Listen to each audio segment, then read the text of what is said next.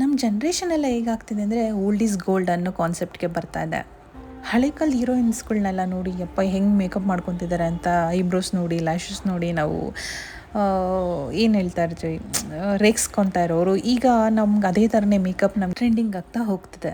For example ನೈಂಟೀಸಲ್ಲೆಲ್ಲ ಈ nineties ಮುಗಿಸಿ 2000ಗೆ ಕಾಲಿಟ್ಟಾಗೆಲ್ಲ ಹೇಗಿತ್ತು ಅಂದರೆ ಐಬ್ರೋಸು ತುಂಬ ತೆಲುವು ಐಬ್ರೋಸ್ ಇತ್ತು. ತುಂಬ ಚಿಕ್ಕದ ಐಬ್ರೋಸ್ ಇತ್ತು. ಆದರೆ ಈಗ ಐಬ್ರೋಸಲ್ಲಿ ತುಂಬ ಟ್ರೆಂಡಿಂಗಲ್ಲಿ ನಡೀತಿದೆ. ಹೇಗೆ ಅಂದರೆ ದಪ್ಪ ಐಬ್ರೋಸು, ತಿಕ್ ಐಬ್ರೋಸೇ ಈಗ ಟ್ರೆಂಡಿಂಗಲ್ಲಿದೆ. ಈಗ ಅದೇ ಥರ ತಿಕ್ ಐಬ್ರೋಸ್ ಹೇಗೆ ಬೇಕು ನಮಗೆ ಅನ್ನೋದಕ್ಕೆ ಒಂದು ಶಾರ್ಟ್ ಆ್ಯಂಡ್ ಸ್ವೀಟಾಗಿ ಒಂದು ಹೋಮ್ ರೆಮಿಡೀಸ್ನ ನಾನು ಹೇಳ್ತಾ ಇದ್ದೀನಿ. ಹರಳೆಣ್ಣೆ. ಕೂದಲು ಬೆಳವಣಿಗೆಗೆ ಹರಳೆಣ್ಣೆ ಅನ್ನೋದು ಅದ್ಭುತವಾದ ನೈಸರ್ಗಿಕ ಮನೆಮದ್ದು. ಇದು ನಮ್ಮ ಹುಬ್ಬುಗಳ ಕೂದಲುಗಳು ದಟ್ಟವಾಗಿ ಬೆಳೆಯಲು ಸಹಾಯ ಮಾಡುತ್ತೆ. ಇದರಲ್ಲಿರುವ ರಿಸಿನೋಲಿಕ್ ಆಮ್ಲ ಅನ್ನೋದು ಕೂದಲು ಉದುರೋದನ್ನು ತಡೆಯುತ್ತೆ. ಹತ್ತಿಯಿಂದ ಹುಬ್ಬುಗಳ ಮೇಲೆ ಹರಳೆಣ್ಣೆಯನ್ನು ಹಚ್ಚಿ ಒಂದು ನೈಟು ಬಿಡಬೇಕು. ಹೀಗೆ ಮಾಡುತ್ತಾ ಬಂದರೆ ನಿಮಗೆ 100% ರಿಸಲ್ಟ್ ಗೊತ್ತಾಗುತ್ತೆ.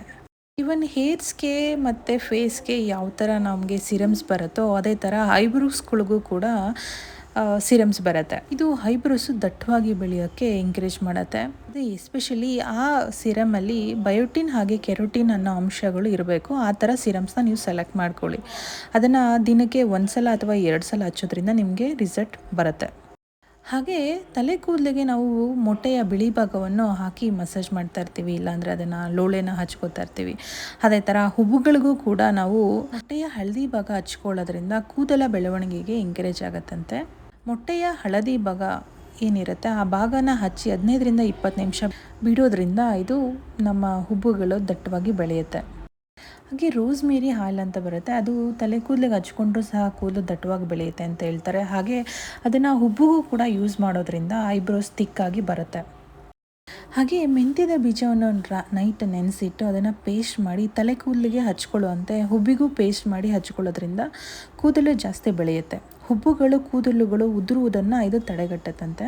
ಹುಬ್ಬುಗಳ ಕೂದಲುಗಳ ಬುಡವನ್ನು ಗಟ್ಟಿಗೊಳಿಸುತ್ತದೆ. ಇದರಲ್ಲಿರೋ ನಿಕೋಟಿನಿಕ್ ಆಮ್ಲ ಕೂದಲ ಬೆಳವಣಿಗೆಗೆ ಸಪೂರವಾಗಿ ಮಾಡುತ್ತೆ. ಹಾಗೆ ನಾವು ಪಾರ್ಲರ್ಗೆ ಹೋಗಿ ನಮ್ಮ ಚಂದದ ಹುಬ್ಬುಗಳಿಗೆ ಚಂದದ ಶೇಪ್ ಕೊಡಲಿಕ್ಕೆ ಇಷ್ಟಪಡ್ತೀವಿ. ಆಗ ಅದರ ಮೇಲಿನ ಕೂದಲುಗಳನ್ನೆಲ್ಲ ತೆಗಿಲೇಬೇಕಾಗತ್ತೆ. ಹೀಗೆ ಪದೇ ಪದೇ ಹುಬ್ಬುಗಳನ್ನು ಟ್ರಿಮ್ ಮಾಡಿಸ್ತಾ ಹೋದರೆ ಅದರಲ್ಲಿರೋ ಕೂದಲುಗಳ ಸಾಂದ್ರತೆ ಕಳೆದುಕೊಳ್ಳುತ್ತೆ. ಹಾಗಾಗಿ ಜಾಸ್ತಿ ಐಬ್ರೋಸ್ ಮಾಡೋದು ಕಮ್ಮಿ ಮಾಡಿ. ಹರಳೆಣ್ಣೆ ಎಷ್ಟೇ ಪ್ರಯೋಜನ ಕೊಡುತ್ತದೆ ಈ ತೆಂಗಿನ ಎಣ್ಣೆ.